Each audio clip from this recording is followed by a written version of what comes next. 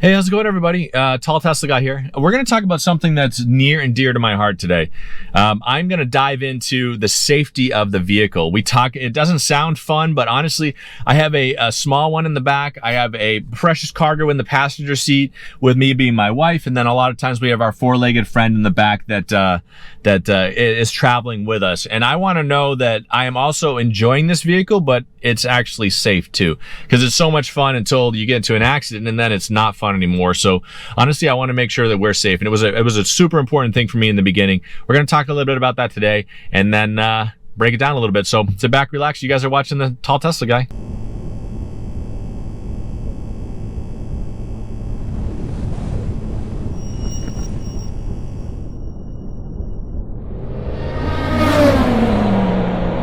Safety is a huge thing. It's a huge thing for me, especially with our growing family. And I wanted to make sure that the vehicle I had was not only fun to drive, which was important for me. I can fit in it, which is also important, obviously. But I wanted to make sure that it was safe first and foremost. So Teslas actually have a 5-star rating with the NHTSA, National Highway Transportation Safety Administration.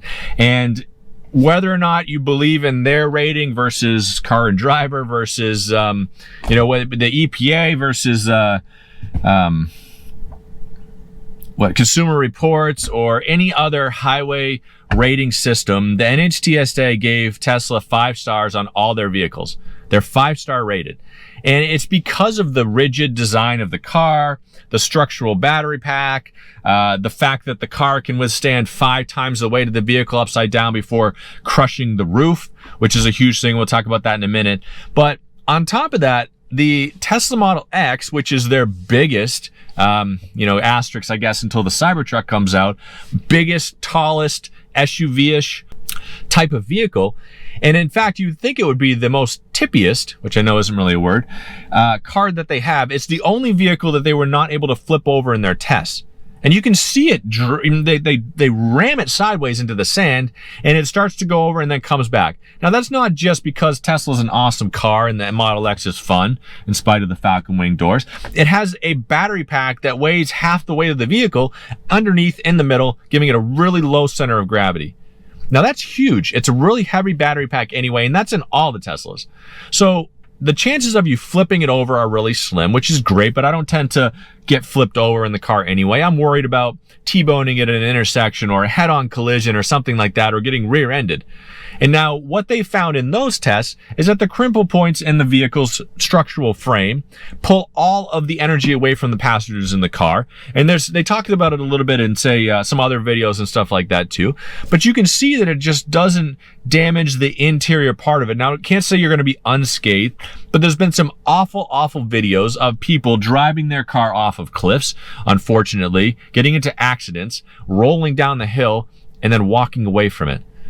The walking away from it part of it is huge, and it's huge for me in the sense that I feel like I can be comfortable and confident in the vehicle, being that it's going to be safe enough for me to be driving around with my family and everything like that. And then on top of that, what they're doing is they're creating a single cast frame with their Giga presses, and they do this in their factories. And in fact, all the factories are going to be equipped with these Giga presses, and they're going to create a single cast frame. Now, the single cast frame is going to give it, structural integrity from the front to the back, versus like all these pressure points, all these portions. It's going to make the cars cheaper, which is nice, but it's going to make them stronger. It's going to make them more rigid. It's going to make them better for accident prevention and accident awareness. And then on top of that, the car has the technology in it to allow it to avoid accidents, or at least get to the point where it avoid accidents. It's going to have full self-driving capabilities, which there's always an asterisk in that because I know it's not full self-driving, but nonetheless, the car should be able to avoid the accident from the beginning. It identifies stop signs, it identifies traffic lights. It should identify stopped cars and be able to move and get away from it, which is a huge part of the safety concerns that I have. It's a huge part of the safety portion of the vehicle. And then this article comes out where this car was parked in this structural beam, this wall collapsed onto the car, and it obviously broke the window maybe, but it didn't shatter it out. It pushed the car down, probably popped the tires, but it didn't crush it.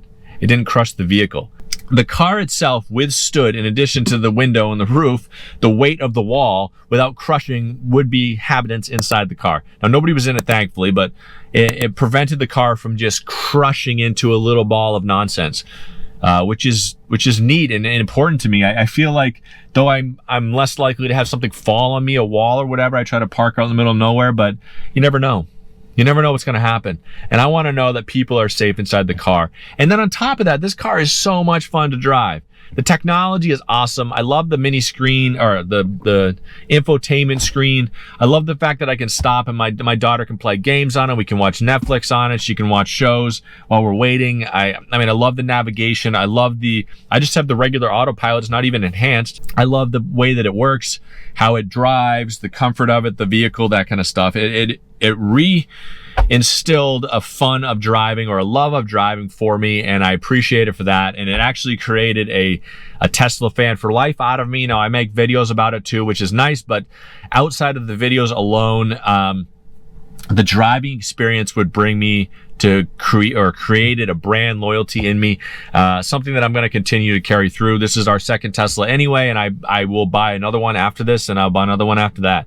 It's one of those things that once you do it, it's hard to go back. I drive an ICE vehicle, or I drive an internal combustion engine vehicle, and it's just not as much fun to drive.